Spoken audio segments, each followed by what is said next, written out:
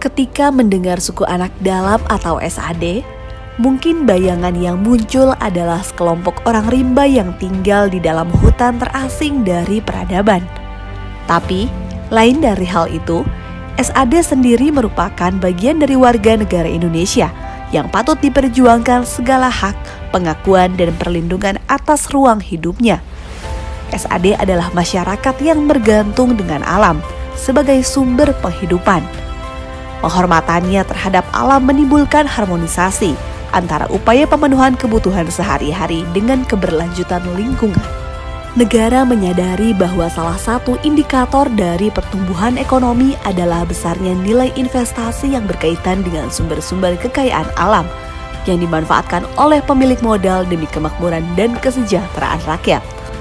Sumber-sumber kekayaan alam di Indonesia yang dikelola pemilik modal pun sering berpotensi menimbulkan konflik antara masyarakat setempat yang lebih dulu mendiami daerah tersebut. Seperti konflik tanah yang dialami oleh SAD 113, muncul karena adanya persetujuan pelepasan kawasan hutan seluas 27.150 hektar.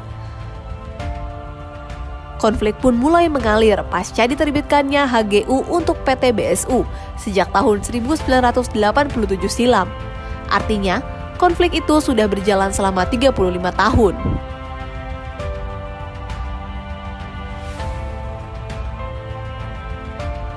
Perjuangan ini sangat memakan waktu, pikiran, tenaga, dan jatuh bangun kami mengejar penyelesaian ini.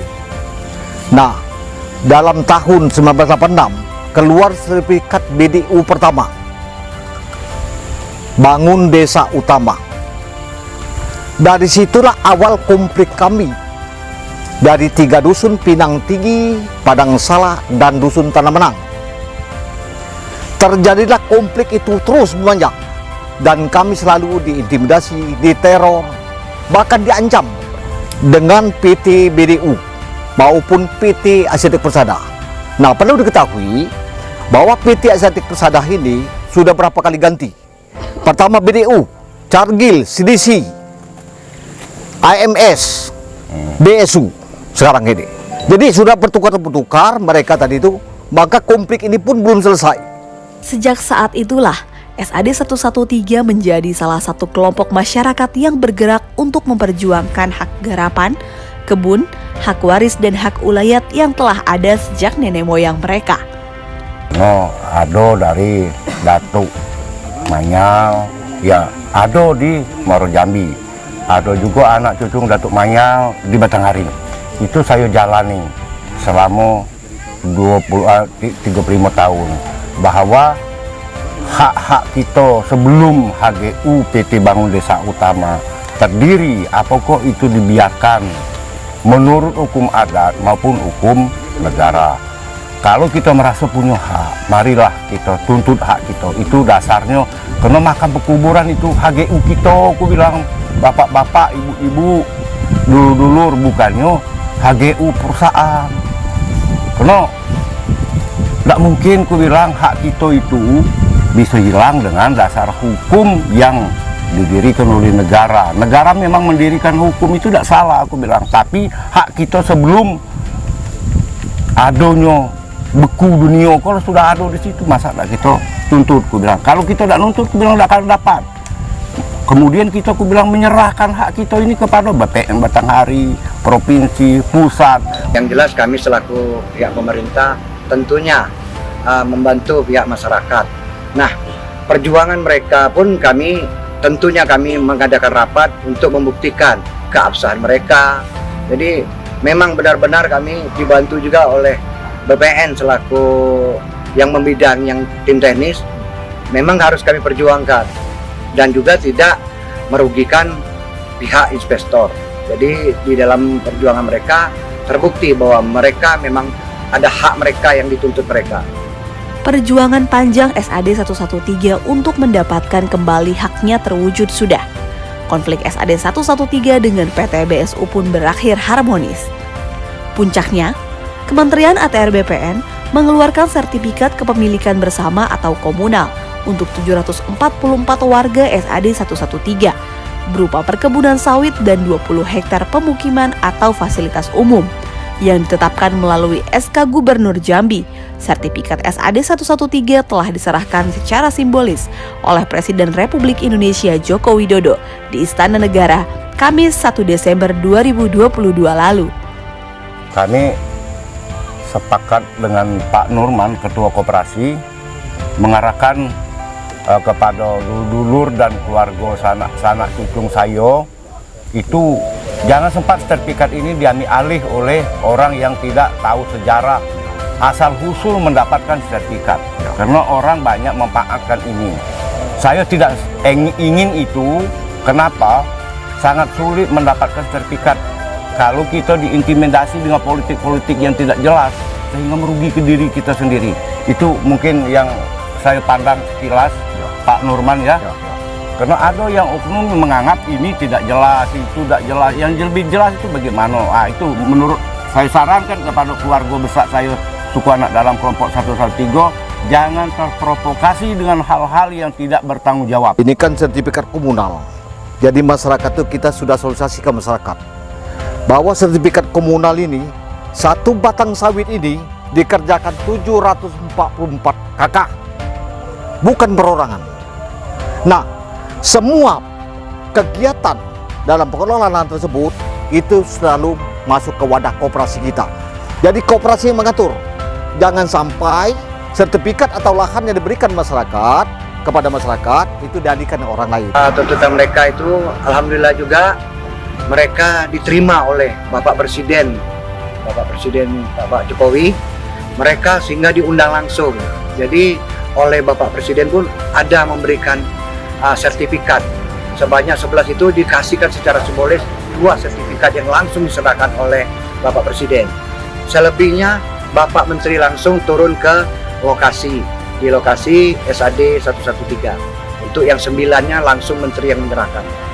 Sertifikat kepemilikan bersama itu kan artinya tidak bisa secara individual ya untuk mentransaksikannya. Jadi artinya memang itu untuk kepentingan masyarakat komunal itu. Jadi tidak untuk kepentingan pribadinya. Jadi ini satu alasan penting kenapa itu diberikan hak kepemilikan bersama, bukan hak individual. Memang kalau kita berikan hak kepemilikan bersama ataupun komunal, itu berarti peruntukannya memang untuk masyarakat setempat, masyarakat komunal itu tidak akan bisa ditransaksikan oleh individu-individu, sehingga nanti apa tujuan kita memberikan hak itu untuk kesejahteraan masyarakat, bukan menjadi kesejahteraan individu, tapi menjadi kesejahteraan kelompok masyarakat. Peran BPN itu sangat besar sekali, terutama kaitannya dengan objek yang berlokasi di Kabupaten Batanghari yang mereka klaim cukup banyak dan itu perlu penyelesaian khusus. Karena kalau dinilai dari upaya yang sudah dilakukan, mungkin kantor Batanghari itu perlu menindaklanjuti sampai dengan pengukuran pemetaan yang ada di lokasi Kabupaten Batanghari.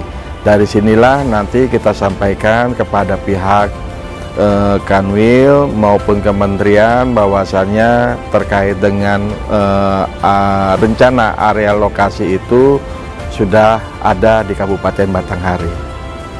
Dalam rangka penyelesaian konflik, kami selalu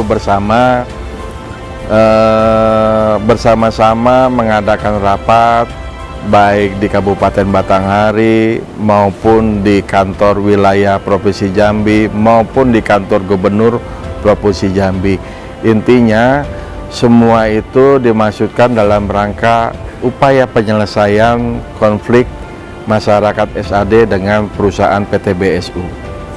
Kita sadar betul bahwa konflik pertanahan di Provinsi Jambi ini termasuk kategori tinggi. Salah satu yang ditangani oleh pemerintah provinsi beserta Forkompimda dan seluruh komponen itu adalah kasus antara PT BSU dengan SAD Suku Anak Dalam 113. Perjalanan kasusnya cukup panjang sebetulnya, sudah puluhan tahun kasus ini tidak selesai-selesai. Alhamdulillah dengan kerjasama yang cukup baik antara pemerintah daerah, pemerintah kabupaten, kemudian pemerintah provinsi dan juga pemerintah pusat, didukung oleh Forkompimda Provinsi Jambi. Alhamdulillah kasus ini berhasil diselesaikan dengan baik, di mana para pihak juga bisa menerima penyelesaian dengan cara musyawarah mufakat. Penyelesaian konflik penting dilakukan karena menyangkut dengan kepentingan masyarakat umum. Sebab itu, penting menggunakan pendekatan-pendekatan dan upaya yang strategis dan sistematis agar penyelesaian konflik dapat berjalan dengan baik, seperti yang telah dilakukan Kementerian ATR BPN bersama dengan seluruh pihak seperti pemerintah pusat, pemerintah daerah, Forkopimda, aparat penegak hukum, dan badan peradilan dalam menyelesaikan konflik SAD 113. Penyelesaian konflik SAD 113 ini diharapkan dapat menjadi role model dalam menyelesaikan masalah serupa yang terjadi di Indonesia yang akan dibahas lebih lanjut dalam pertemuan gugus tugas reforma agraria atau GTRA Summit 2023. Mari berkolaborasi.